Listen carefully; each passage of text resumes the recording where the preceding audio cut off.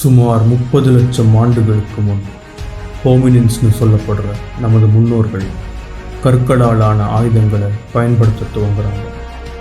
இங்கே இருந்து தான் மனிதர்களின் பயணம் ஆரம்பிக்குது.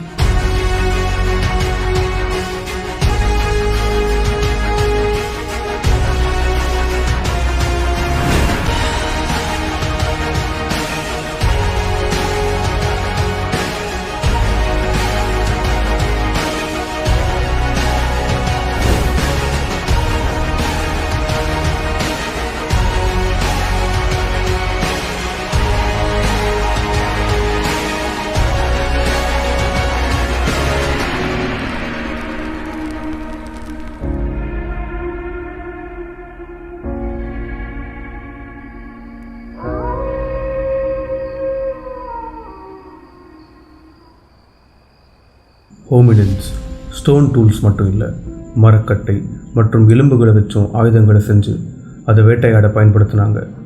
வேட்டையாடிய விலங்கு இறைச்சியை மற்றும் காடுகளில் கிடைச்ச பழம் கிழங்குகளை எல்லாம் சாப்பிட்டு வந்த இந்த ஹோமினின்ஸ் தான் குரங்குல இருந்து பரிணாம வளர்ச்சி அடைந்த முதல் மனித இனம்.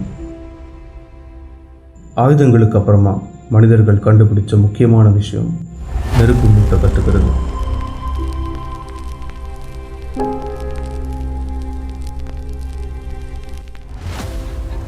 குளிர்காயவும் மற்ற காட்டு விலங்குகள்கிட்ட இருந்து தங்களை பாதுகாக்கவும் மட்டும் இல்லாமல் இந்த நெருப்பை வச்சு இறைச்சியை சுட்டு சாப்பிட ஆரம்பித்தாங்க. இதன் மூலமாக உணவு செரிக்க மிக குறைவான எனர்ஜி மட்டுமே தேவைப்பட்டுச்சு. இதன் விளைவாக தான் ஆதிகால மனிதர்களுடைய மூளை வளர்ச்சி வேகமாக நடக்க துவங்குது.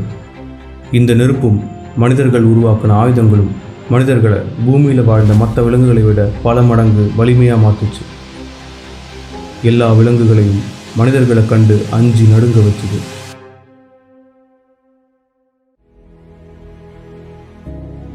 சிறு சிறு குழுக்களாக வாழ்ந்து வந்த ஹோமினின்ஸ் 20 லட்சம் முதல் 15 லட்சம் ஆண்டுகளுக்கு முன் ஆப்பிரிக்காவில் மட்டும் இல்லாமல் யூரோப், ஏஷியா போன்ற மற்ற கண்டங்களுக்கும் கொஞ்சம் கொஞ்சமாக பரவ ஆரம்பிக்கிறாங்க.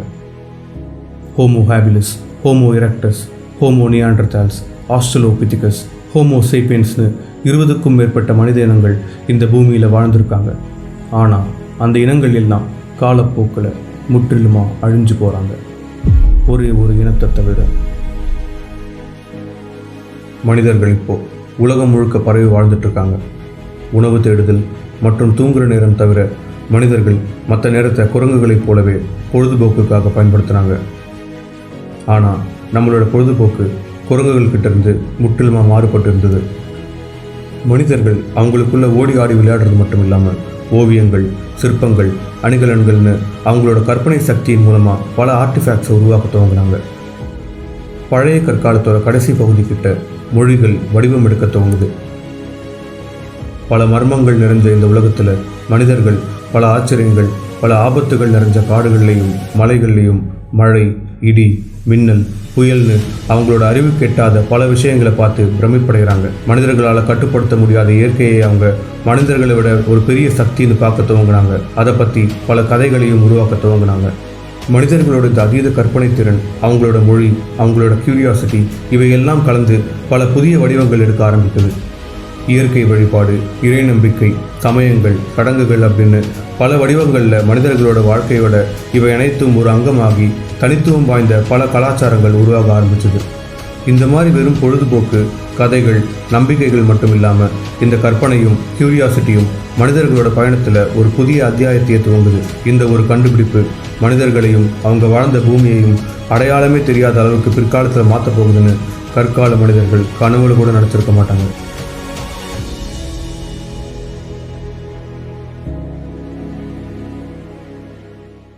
இந்த பூமியில் வாழ்கிற எல்லா உயிர்களைப் போல அதுவரைக்கும் உணவுக்காக காடுகளில் அலைஞ்சு திரிஞ்சு வேட்டையாடிய மனிதர்கள் அவங்களுக்கு தேவையான உணவை ஏன் அவங்களே உருவாக்கக்கூடாதுன்னு சிந்திக்க துவங்குறாங்க. இதன் விளைவாக உணவை பயிரிட துவங்குறாங்க.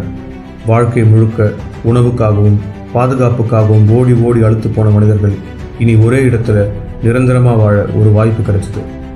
குகைகள்லேயும் மரங்கள்லேயும் வாழ்ந்து வந்தவங்க வீடுகளை கட்டி அதில் வாழ ஆரம்பித்தாங்க.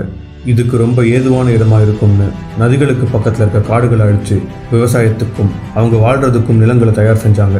பழங்களையும் கிழங்குகளையும் தானியங்களையும் விளைய வைக்கலாம். ஆனால் இறைச்சிக்காக மறுபடியும் காட்டுக்குள்ளே போய் வேட்டையாட வேண்டிய சூழல் தான் இருந்தது. அதுக்கு பதிலாக இறைச்சிக்கு தேவையான விலங்குகளையும் அவங்களே வளர்க்கலாம்னு முடிவு செய்கிறாங்க. இதுவரைக்கும் பூமியின் வரலாற்றில் ஒரு விலங்கு இன்னொரு விலங்கு அடக்கி உணவுக்காக அதை வளர்க்குறது கேள்விப்படாத ஒரு விஷயமா இருந்தது. இதுக்கு மனிதர்கள் காட்டில் இருக்க விலங்குகளில் கொஞ்சம் சாந்தமான பணிவான விலங்குகளை தேர்வு செஞ்சு அவற்றை இனப்பெருக்கம் செய்ய வைக்கணும். இதிலிருந்து பிறக்கக்கூடிய விலங்குகளில் மறுபடியும் பணிவான விலங்குகளை தேர்வு செஞ்சு மறுபடியும் அதை இனப்பெருக்கம் செஞ்சு இப்படி பல தலைமுறைகளாக செலக்டிவ் ப்ரீடிங்னு இன்றைக்கி நம்ம சொல்லக்கூடிய முறையில் இனப்பெருக்கம் செஞ்சுக்கிட்டே வரணும். ஆனால் மனிதர்களுக்கு இந்த முறை ஒன்றும் அந்த அளவுக்கு புதுசு இல்லை. குறிப்பாக சொல்லணும்னா 30,000 BCயில் துவங்கி பல ஆயிரம் ஆண்டுகளாக இந்த செயல்முறையை மனிதர்கள் ஒரு குறிப்பிட்ட வனவிலங்குக்கு செஞ்சுக்கிட்டு வந்திருக்காங்க. ஆபத்துகள் நிறைஞ்ச இந்த பூமியில் அவங்களுக்கு ஒரு காவலனாகவும் சக வேட்டைக்காரனாகவும் ஒரு நண்பனாகவும் அந்த விலங்கு தான் இருந்தது.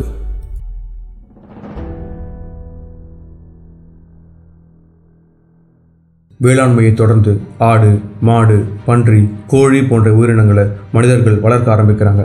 அந்த விலங்குகளோட பால், முட்டை மற்றும் இறைச்சியை உணவாகவும் தோலை உடைகளாகவும் பயன்படுத்த துவங்கினாங்க.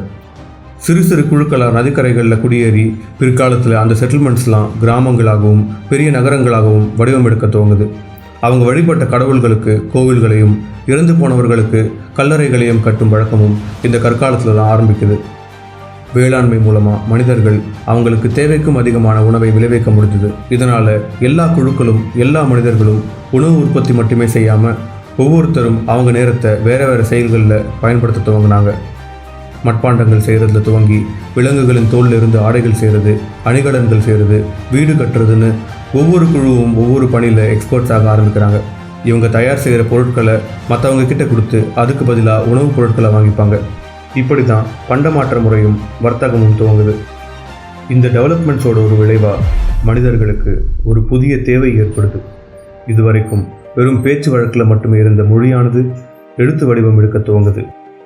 தேவைக்கு அதிகமான உணவு, இருக்க நிரந்தரமான இடம், பாதுகாப்பான வாழ்க்கை அப்படின்னு மனிதர்கள் அவங்க இருந்த சூழலை அவங்க தேவைக்கு ஏற்ப வடிவமைச்சாங்க. இதன் விளைவாக மக்கள் தொகையும் அதிகரிக்குது. எழுதும் கலையும் கொஞ்சம் கொஞ்சமாக நாளடைவில் மேம்பட்டுக்கிட்டே வருது. கணக்கு வழக்கில் தொடங்கி பெருகி வரும் மக்கள் தொகையை வழிநடத்த சட்டங்களும் விதிமுறைகளும் இயற்ற வரைக்கும் எழுத்தோட தேவை அதிகரிச்சது. மனித இனம் அடுத்த கட்ட பாய்ச்சலுக்கு தயாராகுது. உலகின் பல இடங்களில் நாகரிகங்களும் உருவாக துவங்குது. மெசபடேமியா, ஈஜிப்ட், இண்டஸ் வேலி போன்ற இடங்களில் தான் ஆரம்பகால நாகரிகங்கள் வடிவம் எடுக்குது. இதுவரைக்கும் இல்லாத வகையில் சமூகம் ஒரு காம்ப்ளெக்ஸான நிலையை அடையுது. பலதரப்பட்ட தொழில்களை செய்கிற மக்கள், அவர்களை வழிநடத்த கோவில்கள், தெய்வங்கள், பூசாரிகளும், சமூகத்தை ஒழுங்குபடுத்தவும் ஆட்சி செய்யவும் அரசாங்கங்களும் இராணுவங்களும் உருவாகுது. சமூகத்தில் ஏற்றத்தாழ்வுகளும் படிநிலைகளும் உருவாகுது. பெரும்பாலான இடங்களில் கோவில்கள் தான் மக்களோட வாழ்வுக்கும் நாட்டின் ஆட்சிக்கும் வர்த்தகத்துக்கும் மையப்புள்ளியாக இருந்தது. இதனால் கோவில்களும் பூசாரிகளும் இந்த சமூகங்களில் உயரிய அந்தஸ்தும் செல்வமும் நிறைஞ்சவங்களாக இருந்தாங்க. ஆட்சியாளர்களும் அவர்களை தொடர்ந்து வணிகர்களும் அடுத்த கட்டத்தில் இருந்தாங்க. பெரும்பாலான இடங்களில் விவசாயிகள் மட்டும் சமூகத்தோட கடைசி மட்டத்தில் தான் இருந்தாங்க. அதிகாரத்துலேயும் சரி, அந்தஸ்துலேயும் சரி. அப்போ தொடங்கி இப்போ வரைக்கும் இந்த நிலை மட்டும் மாறவே இல்லை.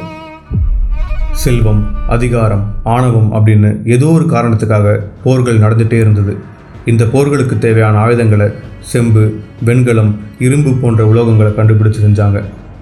அரசுகள், பேரரசுகள், அண்டை நாடு, எதிரி நாடுன்னு இண்டஸ் வேலியை தவிர மற்ற எல்லா நாகரிகங்கள்லேயுமே போர்களுக்கு குறைவே இருந்ததில்லை. மெசபடேமியாவை சுமேரியன்ஸ், அகேடியன்ஸ், அசீரியன்ஸ், பாபிலோனியன்ஸ்னு பல இனங்கள் கிட்டத்தட்ட 2500 ஆண்டுகளுக்கும் மேலாக ஆட்சி புரிஞ்சாங்க. இந்த காலத்தில் தான் உலகின் முதல் நூல்களான Epic of Gilgamesh, Code of ஹமுராபிலாம் எழுதப்பட்டது. Hanging Garden of Babylon, Ishtar Gate போன்ற பிரம்மாண்டமான கட்டிடங்களும் கட்டப்பட்டது. ஈஜிப்டை என்னதான் பெரும்பாலும் ஒரே மொழி இனத்தை சேர்ந்தவங்க ஆட்சி புரிஞ்சிருந்தாலும் அவர்களுக்கு நடுவிலையும் போர்களும் ஆட்சி மாற்றங்களும் நிறைய நடந்தது. ஈஜிப்ட் அரசர்களான ஃபேரோஸ் ஆடம்பர வாழ்க்கைக்கு பேர் போனவங்க. வாழும்போது கோட்டைகள், மாளிகைகளில் வாழ்ந்தவங்க.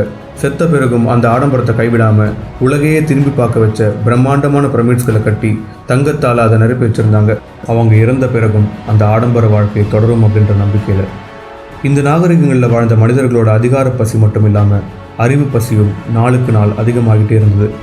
மெசபடேமியாவில் சர்க்கரம், கணிதம், பாய்மரக் கப்பல், மருத்துவம், ஈஜிப்டில் பொறியியல், கட்டிடக்கலை, அஸ்ட்ரானமியும், இண்டஸ் வேலியில் நகர கட்டமைப்பு, கணிதம், நீர்ப்பாசனம் அப்படின்னும் பல புதிய கண்டுபிடிப்புகள் இந்த நாகரிகங்களில் உண்டாகுது. இந்த நாகரிகங்கள் அவங்களுக்கு நடுவில் ஐடியாஸை தொடங்கி தொழில்நுட்பம், அத்தியாவசிய பொருட்கள், ஆடம்பர பொருட்கள், உலோகங்கள், ஆயுதங்கள்னு பல விஷயங்களை தொடர்ச்சியாக பரிமாறிக்கிட்டாங்க. அதன் மூலமாக பயனடைஞ்சாங்க, வளர்ச்சியும் அடைஞ்சாங்க. பல்லாயிரக்கணக்கான ஆண்டுகள் நீடித்த இந்த ஆரம்பகால நாகரிகங்கள் கொஞ்சம் கொஞ்சமாக ஒரு முடிவுக்கு வர ஆரம்பிக்குது. இண்டஸ் வேலியோட முடிவுக்கு பின்னாடி இருக்க மர்மம் இன்னைக்கு வரைக்குமே தெளிவடையலை. ஆனால் மெசபடேமியா மற்றும் ஈஜிப்டில் என்னதான் பேரரசர்கள் ஆட்சி செஞ்சிருந்தாலும் அதைவிட பெரிய சக்தி வாய்ந்த அரசுகள் உலகின் வேறு சில பகுதிகளில் உருவாகிட்டு இருந்தது. இந்த நாகரிகங்கள் முடிவுக்கு வரவும் இந்த புதிய சக்திகள் தான் காரணமாக இருந்தாங்க.